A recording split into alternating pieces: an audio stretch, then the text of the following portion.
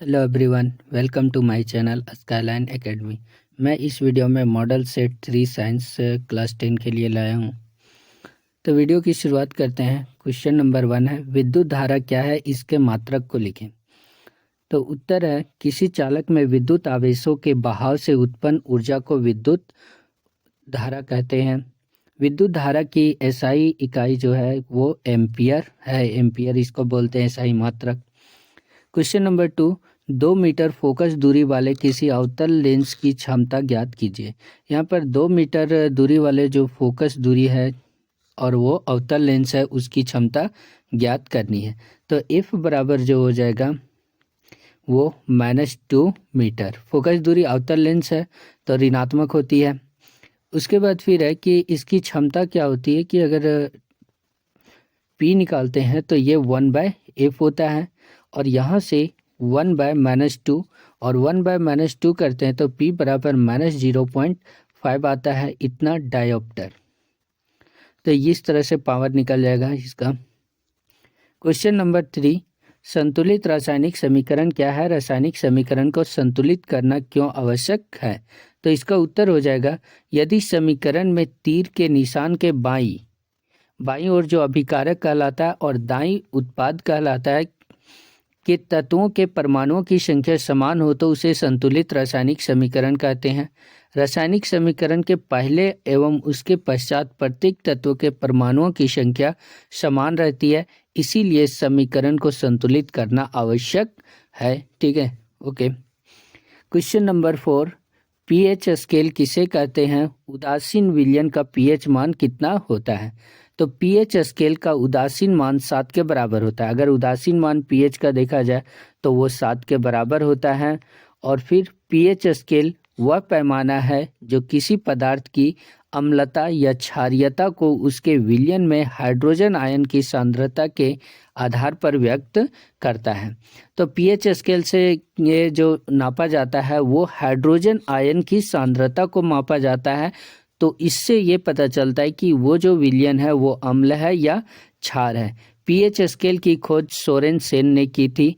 PH scale की range जो होती है वो 0 से 14 के बीच में रहती है और अगर 7 पीएच का मान रह गया तो वो उदासीन कहलाता है और 7 से अगर कम रह गया पीएच का वैल्यू तो वो अम्ल कहलाता है और 7 से ज़्यादा अगर रह गया पीएच का वैल्यू तो वो क्षार कहलाता है। ओके। क्वेश्चन नंबर 5, निम्न यौगिक IUPAC नाम लिखें। इसका IUPAC नाम लिखना है तो ये ब्रोमोमीथेन है, CH3CH2Br, ब्रोमोइथेन, इसको ब्रोमोइथेन बोला गया है। क्वेश्चन नंबर 6, पचे हुए भोजन को अवशोषित करने के लिए क्षुद्रांत को कैसे अभिकल्पित किया गया है। तो उत्तर हो जाएगा, पचे हुए भोजन को आंत की भित्ति अवशोषित कर लेती है। क्षुद्रांत के आंतरिक स्तर पर अंगुली नुमा जैसी अनेक प्रवर्ध होते हैं जिसे दीर्घरोम कहते हैं। तो पचे हुए भोजन को है सो कहाँ पर अवशोषित किया जाता है, आंत में, छोटी आंत में अवशोषित किया जाता है और जो क्षुद्रांत है उसके आंतरिक स्तर पर अंगुली नुमा जैसी संरचना होती है जिसको दीर्घरोम कहते हैं। ये अवशोषण के सतही क्षेत्रफल को बढ़ा देते हैं। इनमें रुधिर वाहिकाओं की अधिकता होती है जो भोजन को अवशोषित करके शरीर की प्रत्येक कोशिका तक पहुंचाने का कार्य करती है। तो जो दीर्घरोम होता है वो सतही क्षेत्रफल बढ़ा देता है जिससे भोजन अन्न का जो पाचन है वो ज़्यादा हो पाता है और भोजन की ये उसमें न्यूट्रिएंट्स रहते हैं, पोषक तत्व रहते हैं, वो है सो ब्लड में मिल जाता है। यहाँ इसका उपयोग ऊर्जा प्राप्त करके नई उत्तकों का निर्माण करने तथा पुराने उत्तकों की मरम्मत के लिए किया जाता है। क्वेश्चन नंबर 7, प्रतिवर्ती चाप क्या है, इसके कौन कौन से घटक हैं। तो प्रतिवर्ती चाप क्या होती है इसके बारे में बताना है। तो संवेदी तंत्रिका कोशिका और प्रेरित तंत्रिका कोशिका मेरुरज्जु के साथ मिलकर एक पथ का निर्माण करती है जिसे प्रतिवर्ती चाप कहते हैं। तो संवेदी तंत्रिका कोशिका और प्रेरित तंत्रिका कोशिका इन दोनों मिलकर मेरुरज्जु के साथ मिलकर एक रास्ता बनाती है जिसको प्रतिवर्ती चाप कहते हैं। जैसे ये हमारा हाथ है, तो हाथ पे कुछ चीज़ गर्म पानी जैसे टच होता है, तो यहाँ से लेकर ये मेरुरज्जु तक जाता है और फिर वापस ऐसो यहाँ तक हाथ तक आता है कि आप हाथ हटा लें, नहीं तो जल सकते हैं। तो ये जो पूरा सिस्टम है यहाँ से लेकर यहाँ तक ले जाने और ले आने का सूचना को, तो इसी को प्रतिवर्ती चाप कहते हैं। और फिर ऐसा यह क्या काम करती है कि एक प्रतिवर्ती चाप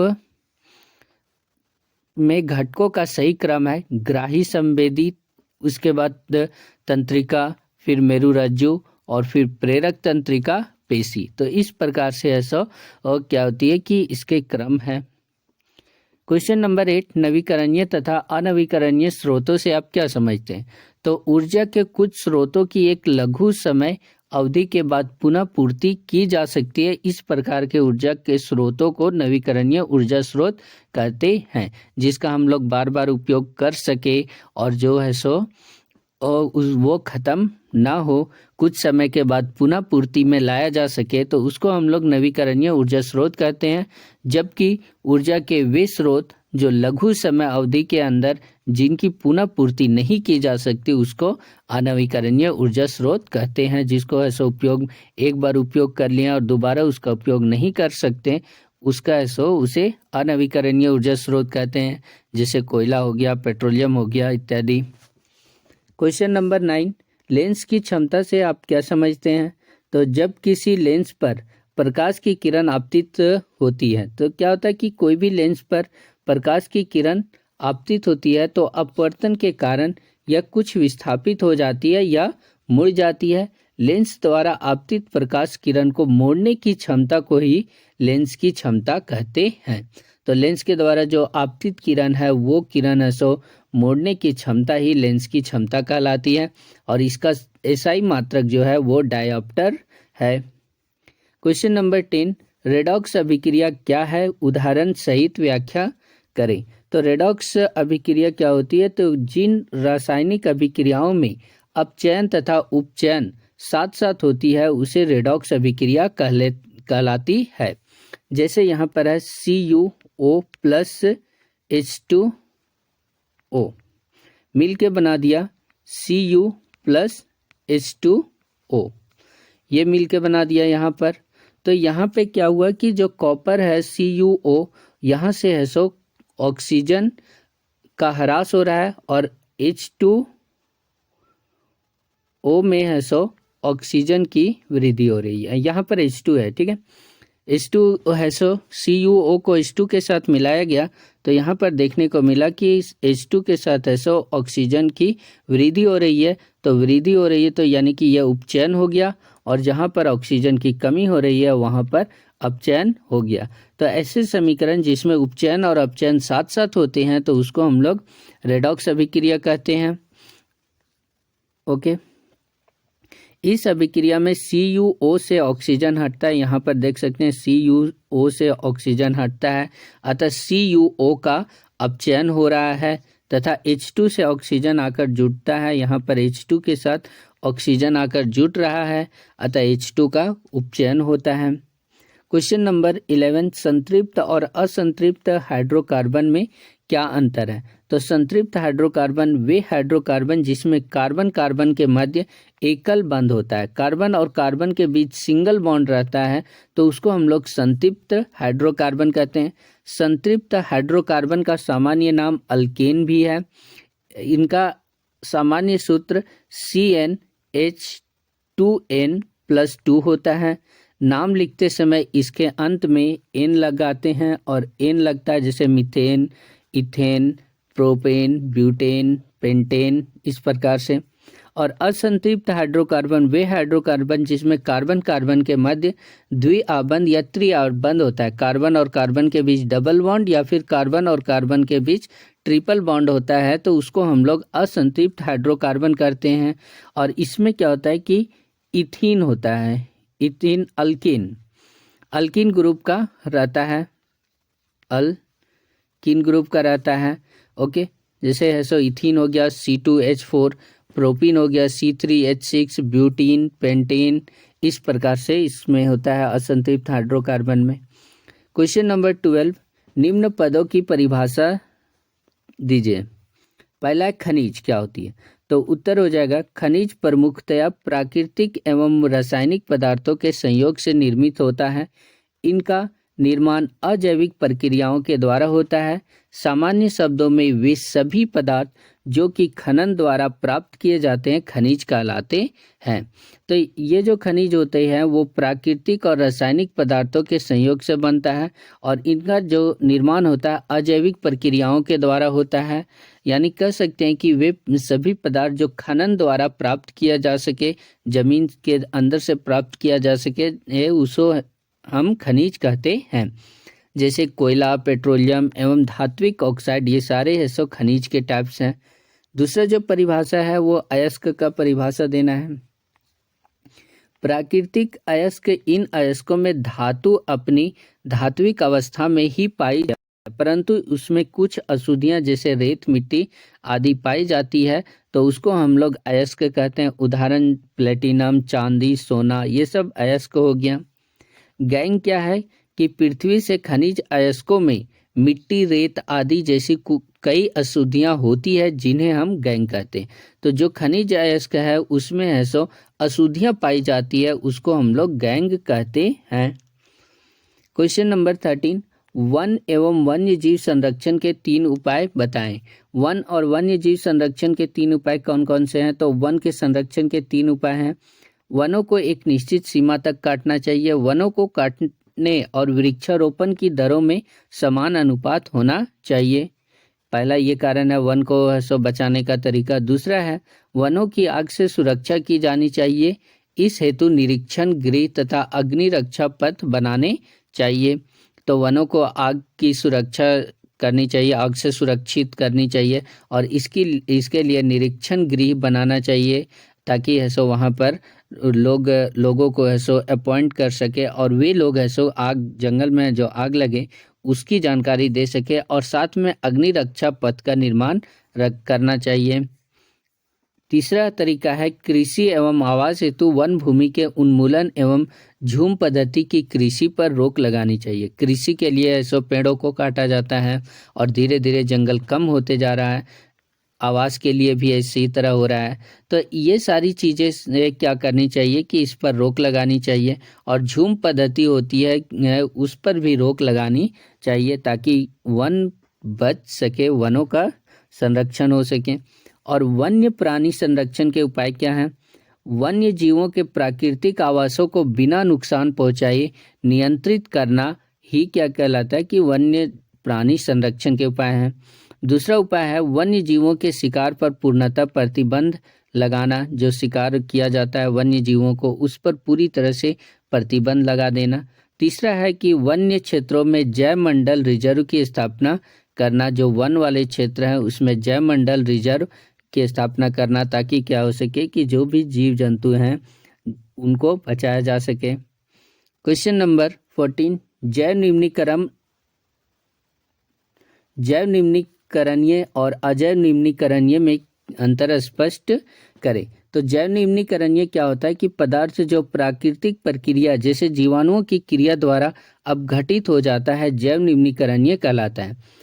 वैसी प्रक्रिया जो प्राकृतिक प्रक्रिया जैसे जीवाणु हो गया उसके द्वारा सड़ गल जाता है तो उसको जैव निम्नीकरणीय कहते हैं। जैसे कागज, सूती, कपड़ा, ऊनी वस्त्र। जैव अनिम्नीकरणीय हो गया कि पदार्थ प्राकृतिक प्रक्रियाओं द्वारा सरलता से विघटित नहीं होता, सरलता से आसानी से सड़ता गलता नहीं है, उसे हम जैव अनिम्नीकरणीय कहते हैं। जैसे प्लास्टिक थैली, टीन इत्यादि हो गया। क्वेश्चन नंबर 16 है कि 4 सेंटीमीटर ऊंची वस्तु को 20 सेंटीमीटर फोकस दूरी वाले अवतल लेंस से 30 सेंटीमीटर की दूरी वाले अवतल लेंस से 30 सेंटीमीटर की दूरी पर रखी गई है। यहाँ से रिपीट है, अवतल लेंस की दूरी। ये प्रतिबिंब की स्थिति, प्रकृति और साइज ज्ञात करें। तो यहाँ पर क्या क्या दिया हुआ है? तो 4 सेंटीमीटर ऊंची वस्तु, एच का वैल्यू दिया हुआ है 4 सेंटीमीटर और फिर ऐसो वस्तु को 20 सेंटीमीटर फोकस दूरी, एफ बराबर जो हो जाएगा वो -20 सेंटीमीटर, क्योंकि ऐसो अवतल लेंस बोला गया, से 30 सेंटीमीटर दूरी वाले अवतल लेंस से 30 सेंटीमीटर की दूरी पर रखी गई है। तो जो अवतल लेंस से दूरी है वो -30 सेंटीमीटर हो जाएगा बीम की दूरी। तो इसकी स्थिति, प्रकृति और साइज बताना है। तो यहाँ से ऐसो लेंस है तो लेंस फार्मूला का यूज करेंगे। लेंस जो फार्मूला होता है, लेंस सूत्र जिसको हम लोग लेंस सूत्र 1/v - 1/u = 1/f, इस फॉर्मूले पर पुट करेंगे।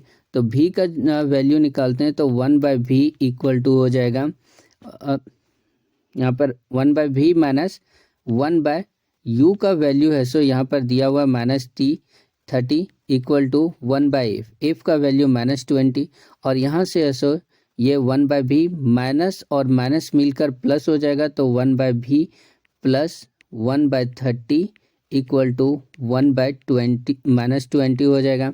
उसके बाद फिर 1/v = हो जाएगा -1/20 और +1/30 राइट हैंड साइड में लेके जाएंगे तो -1/30 हो जाएगा। और फिर ऐसो इसको सॉल्व करेंगे तो हमारे पास जो वैल्यू आएगा 1/v = इन दोनों का एलसीएम लेंगे 20 और 30 का, तो यहाँ पर 60 आ जाएगा और फिर यहाँ पर -3 और -2 आ जाएगा। और फिर आगे सॉल्व करेंगे तो 1/v = -5/60 आ जाएगा और 5 और ये 60 कैंसिल 12 बार में, तो यहाँ से v का वैल्यू v = -12 आ गया। तो ये है सो दूरी निकल गया, किसके, प्रतिबिंब की दूरी। अब इसकी प्रकृति कैसी होगी, प्रतिबिंब कैसा होगा कि ऐसो लेफ्ट साइड ही बनेगा, वास्तविक बनेगा और उल्टा बनेगा। ओके, तो अब यहाँ पर ऐसो v निकल गया। अब इसका साइज निकालना है। तो साइज जो होता है कि m बराबर v/u = h-h होता है। तो यहाँ से अब v का वैल्यू जो है वो -12 है और u का वैल्यू -30 है। और फिर h' का वैल्यू निकालना है। h का वैल्यू है सो दिया हुआ है 4, तो इसको सॉल्व करेंगे माइनस प्लस h' = हो जाएगा 12 × 4 / 30। 3 से करेंगे, 3 को 12 से 4 बार में और 3 को 10 बार में।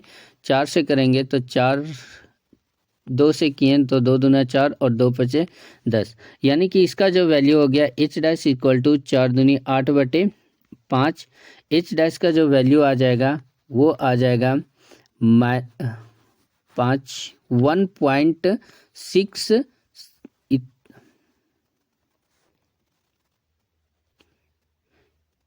h' का जो वैल्यू आ गया वो 1.6 सेंटीमीटर आ गया। यहाँ से h का वैल्यू इस प्रकार से निकालेंगे। ओके, फिर है सो साइज पता चल गया। इसकी प्रकृति कैसी होगी, ये आभासी और सीधा होगा, अवतल लेंस है। तो क्वेश्चन नंबर 17, साबुन और अपमार्जक में अंतर स्पष्ट करें। साबुन के निर्माण के लिए आवश्यक कच्चे पदार्थ का नाम लिखें। तो यहाँ पर है सो साबुन और अपमार्जक में अंतर क्या होता है, तो इसके अंतर को देखते हैं। तो पहला अंतर है साबुन में कि यह वसीय अम्लों के सोडियम तथा पोटेशियम लवण होते हैं। अपमार्जक में है कि यह सल्फोलिक अम्लों के सोडियम या पोटेशियम लवण होते हैं। साबुन और अपमार्जक में दूसरा अंतर होता है कि इनमें साबुन में COONA समूह होता है, लेकिन अपमार्जक में SO3Na समूह होता है। तो इसी को सल्फोलिक अम्ल के सोडियम पोटेशियम लवण का बोला गया है, या तो सोडियम होता है या पोटेशियम होता है। तीसरा अंतर है साबुन में कि साबुन कठोर जल, अम्लीय जल तथा लवणीय जल के साथ अच्छी तरह से कार्य नहीं करते, और अपमार्जक जो है कठोर जल, अम्लीय जल तथा लवणीय जल के साथ अभिक्रिया करते हैं, ज़्यादा काम करते हैं। साबुन में है 4th पॉइंट, यह पूर्णतया जैव अपघटित होते हैं। ये जैव अपघटित होता है, यानी कि साबुन है सो साबुन का पानी मिट्टी के साथ मिल जाता है और इससे कोई भी परेशानी नहीं होती। और जो अपमार्जक है उसमें शाखित हाइड्रोकार्बन की श्रृंखला युक्त कुछ अभिकर्मक जैव अनअपघटीय घटनीय होती है, इसमें जो रहता है साबुन का ये अपमार्जक का झाग, तो ये है सो पानी के साथ घुलता नहीं है। 5 अंतर है, 5वां अंतर कि ये ऊनी कपड़ों के साथ अधिक व्यवहारिक नहीं होते। साबुन ऊनी कपड़ों के साथ अधिक व्यवहार नहीं करते और अपमार्जक ऊनी वस्त्रों के साथ अधिक व्यवहार करते हैं। साबुन जो होता है यह त्वचा के लिए हानिप्रद होता है और अपमार्जक त्वचा के लिए हानिकारक नहीं है। यह त्वचा के लिए हानिकारक नहीं है, अपमार्जक से ऐसा हानिकारक नहीं होता है, लेकिन साबुन से हानिप्रद हो जाता है। 7वां अंतर है कि ये जल में घुलने में समय लेता है साबुन को, और अपमार्जक यह जल में तीव्रता से घुलते हैं। उदाहरण हो जाएगा साबुन का सोडियम स्टीयरेट तथा सोडियम पॉमिटेट, और अपमार्जक का अंतर हो जाएगा सोडियम लॉरिल और सोडियम डोडेकिल बेंजीन सल्फोनेट। फिर आगे है कि यहाँ पर उच्च वसीय अम्लों जैसे एस्टीएरिक अम्ल, पामिटिक अम्ल के सोडियम या पोटेशियम लवण साबुन कहलाते हैं।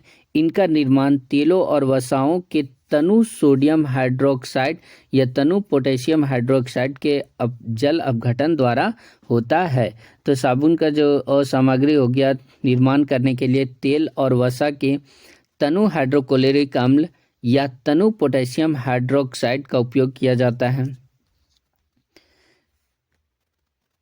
क्वेश्चन नंबर 18, मनुष्य के पाचन तंत्र का नामांकित चित्र बनाए। यहाँ पर नामांकित चित्र है, तो सबसे पहले है सो मुंह आता है, यहाँ पर मुंह है, फिर है सो जिह्वा है, फिर ये जो है वो ग्रासिका है, और फिर नीचे आके ग्रासिका सबसे पहले अमाशय के साथ अटैच रहता है, तो ये अमाशय हो गया। अमाशय से फिर आगे बढ़ते हैं, तो ये फिर है सो यहाँ पर ओके, जिसको क्षुद्रांत कहा गया है, छोटी आंत को। फिर उसके बाद है सो बड़ी आंत ये है जिसको बृहदांत कहा गया है, और फिर है ये नीचे में देखा जाए यहाँ पर अमाशय और बड़ी आंत के बीच में यहाँ पर अग्न्याशय है, और फिर ये जो है वो लीवर है, यकृत जिसको बोला गया है। ओके, इस तरह से मानव का पाचन तंत्र है। क्वेश्चन नंबर 19 इस सेट का सो लास्ट क्वेश्चन है। मेंडल के प्रयोग से कैसे पता चला कि विभिन्न लक्षण स्वतंत्र रूप से वंशानुगत होते हैं? तो मेंडल का कौन सा प्रयोग से पता चला कि जो अलग अलग लक्षण है वो वंश के आधार पर होते हैं? तो उत्तर हो जाएगा, जब मेंडल ने परस्पर विरोधी लक्षणों वाले पौधों के बीच संकरण कराया तो उन्होंने पाया कि उत्पन्न नई पीढ़ी में विरोधी लक्षण में से केवल एक लक्षण ही दिखाई देता है। ठीक है, तो मेंडल ने जब ये प्रयोग किया तो मतलब कि ये सो एक लिया कि लंबे पौधे वाला बीज और एक लिया छोटे पौधे वाला बौने पौधे वाला बीज, दोनों का संकरण करवाया गया। तो पहले पीढ़ी में ये पता चला कि सभी में ऐसा और केवल एक ही लक्षण दिखाई दिया और दूसरी दिखाई नहीं देता है, परंतु दूसरी पीढ़ी और फिर ऐसा क्या हुआ कि जब दूसरी पीढ़ी में संकरण करवाया गया दोनों लक्षण मिश्रित रूप से साथ साथ शुद्ध रूप से भी दिखाई देते हैं। इसे मेंडल ने यह निष्कर्ष निकाला कि लक्षण स्वतंत्र रूप से वंशानुगत होते हैं। क्योंकि यदि ऐसा नहीं होता तो दूसरी पीढ़ी में शुद्ध रूप से दोनों लक्षण कभी नहीं दिखाई देते। तो इस प्रकार मेंडल के प्रयोग से ऐसा ये पता चला कि जो लक्षण है वो वंशानुगत होते हैं। ओके, तो ये इस वीडियो का लास्ट क्वेश्चन था। Thank you for watching this video.